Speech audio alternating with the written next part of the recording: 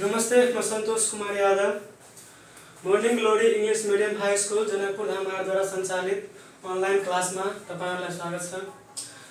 हामीले चाहिँ हिजो भोल्युम अफ क्यूब एन्ड क्यूबोइडको केही फिगर सम्बन्धी प्रब्लमहरु चाहिँ सल्भ गर्यौं। आजको क्लासमा चाहिँ हामीले केही वर्ड प्रब्लमहरु चाहिँ त्यही भोल्युम अफ क्यूब अनि क्यूबोइडमा आधारित प्रब्लमहरु आज चाहिँ सल्भ गर्छौं।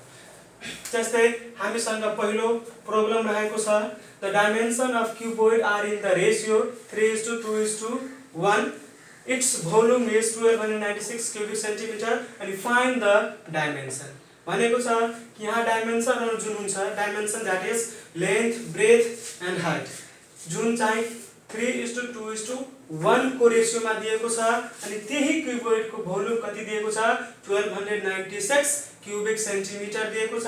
त्यस्तै भनेको छ find the dimension that is length, breath, height के भन्छ निकाल्नको लागि। लेख्ने solution, late length of cuboid यल कति दिए के सपोज गर्ने 3x, त्यस्तै breadth of cuboid be 2x and height of cuboid h equal to कति दिएको छ, x मान लिने, सपोज गरिदिने। त्यस्तै हामीलाई दिएको छ volume 1296 cubic centimetre. Now volume of cuboid कति छ, 1296 क्यूबिक सेन्टिमिटर।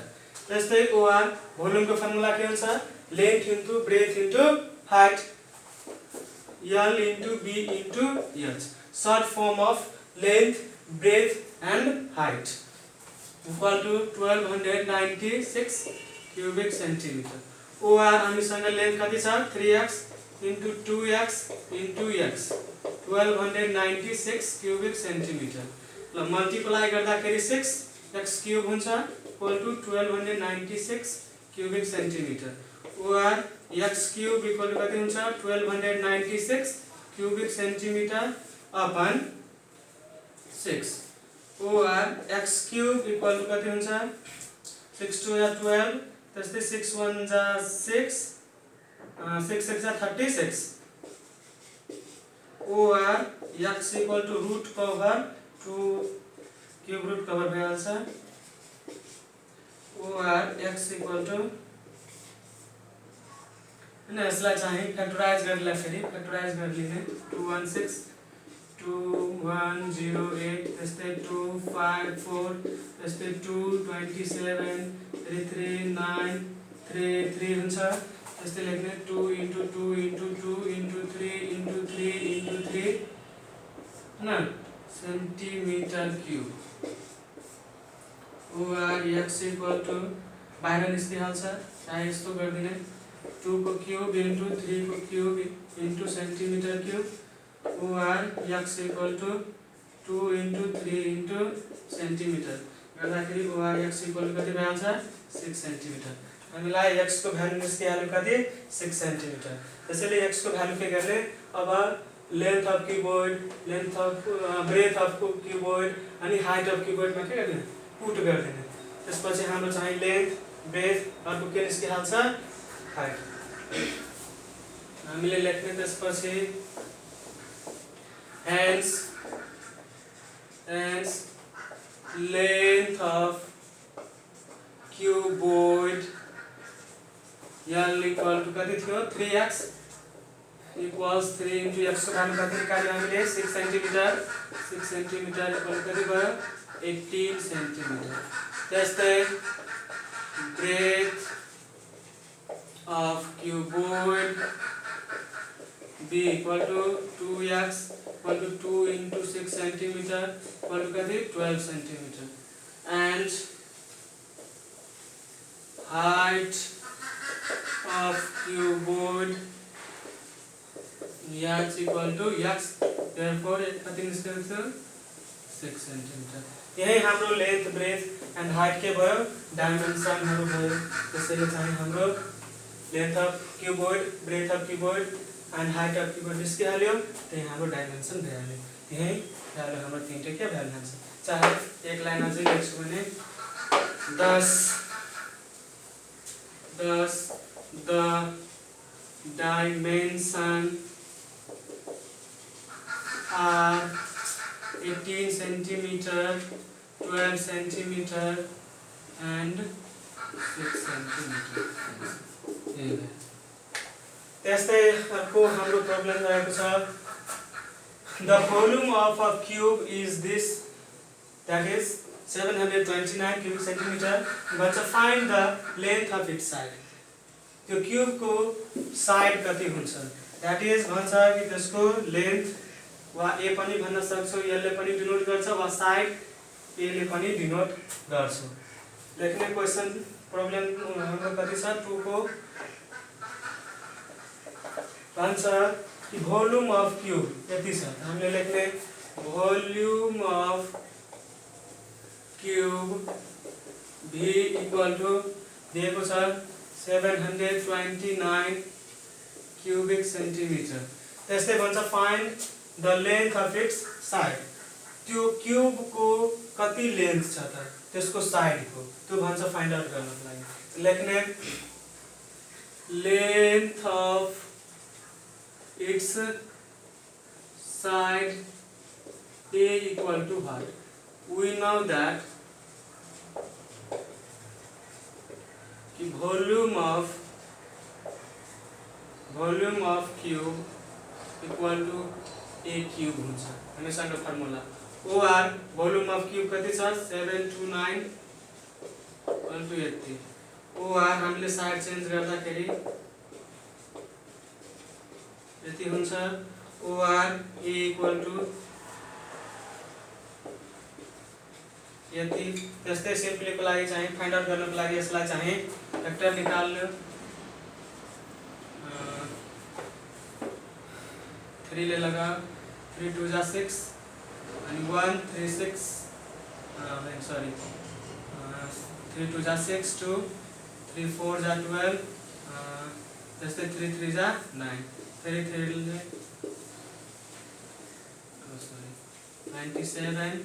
39 33 भयो। OR A इक्वल टु यसको सट्टामा यति लेख्ने 3 into 3 into 3 into 3 into 3 into 3 into centimetre cube. OR A equal to 3 को क्यूब into 3 को cube to centimetre cube. Cube बाट क्यूब रुट के हुन्छ क्यान्सल भइहाल्छ। therefore 3 into 3 into centimetre OR A equal to 9 centimetre. यसको मतलब भयो कि यो क्यूब को लेन्थ अफ साइड त्यसको कति भयो 9 सेन्टिमिटर। लेख्ने 10 the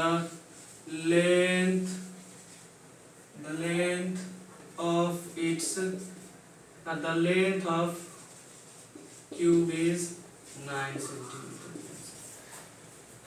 त्यस्तै हाम्रो अर्को प्रब्लम रहेको छ find the volume of cube if its length is 8 centimeter।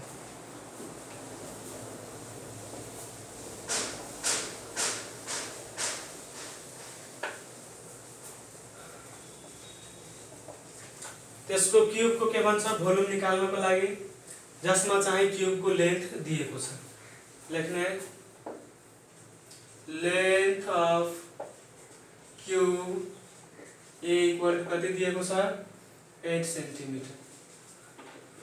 Volume of cube हामीलाई भन्छ फाइन्ड आउट गर्नको लागि भाग। वी नो दैट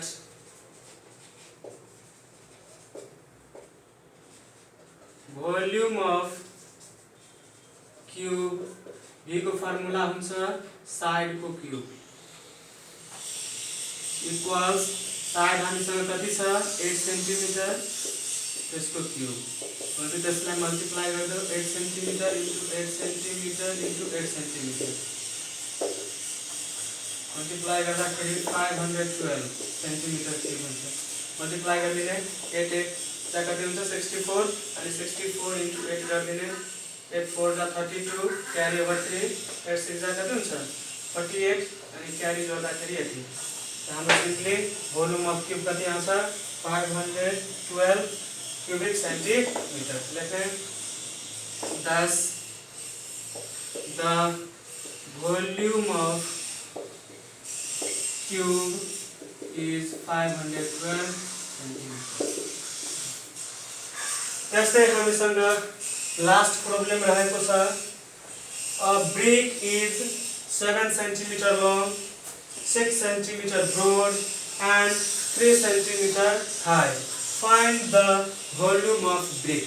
त्यो ब्रिक को भोल्युम कति हुन्छ त्यो भन्छ फाइन्ड आउट गर्नको लागि मान लो यो एउटा ब्रिक छ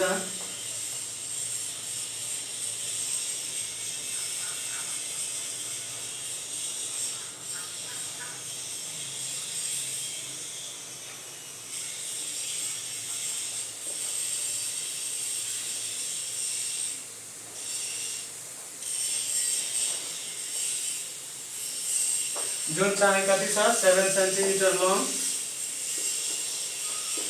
अनि 6 सेन्टिमिटर ब्रोड अर्को 3 सेन्टिमिटर हाई भन्छ कि यो ब्रिक को भोल्युम कति हुन्छ त त्यो भन्छ फाइन्ड आउट गर्नको लागि हामीसँग दिएको छ कि त्यो ब्रिक चाहिँ 7 सेन्टिमिटर लङ छ 6 सेन्टिमिटर ब्रोड छ अनि 3 सेन्टिमिटर हाई छ लेख्ने सोलुसन हामीलाई दिएको छ length of brick breath of brick and white of brick लेख्ने length of brick L equal to 7 centimetre त्यस्तै ब्रेथ अफ ब्रिक B दिएको छ 6 सेन्टिमिटर त्यस्तै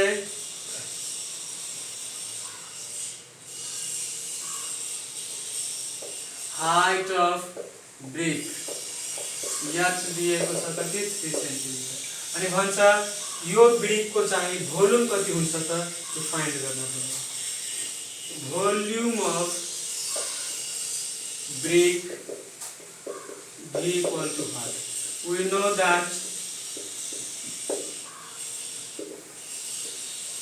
volume of brick V equal to कति हुन्छ length into breadth into height equal to length कति छ 7 centimetre त्यस्तै breadth कति छ 6 सेन्टिमिटर त्यस्तै height कति छ 3 सेन्टिमिटर सबैलाई मल्टिप्लाई गर्दा 7 6 ला कति हुन्छ 42 अर्को 42 into 3 कति हुन्छ 3 2 जा 6 and 3 4 जा 12 126 cubic centimeter 26 cubic centimeter and thus the volume of brick is 126 cubic centimeter त हामीले चाहिँ volume of cube and cuboid को इम्पोर्टेन्ट क्वेशनहरु सोल्भ गर्ने अझै यसमा इम्पोर्टेन्ट क्वेशनहरु हुन्छ त्यसलाई चाहिँ हेरेर चाहिँ ट्राई गर्नु हुँदैन भने फेरि अर्को क्लासमा चाहिँ यो सम्बन्धी यो च्याप्टरमा रिलेटेड अझै इम्पोर्टेन्ट क्वेशनहरु चाहिँ लिएर आउने छु थ्यांक यू